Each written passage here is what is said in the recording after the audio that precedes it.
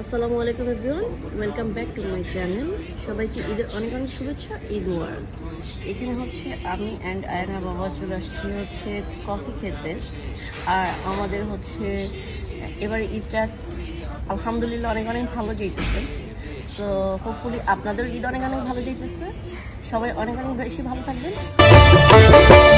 রমজানের ওই রোজার শেষে এলো খুশি, রমজানের ওই রোজার শেষে এলো খুশি। তুই আপনাকে আজ বিলিয়ে দেশন আসমানি তাবি। রমজানের ওই রোজার শেষে এলো খুশি,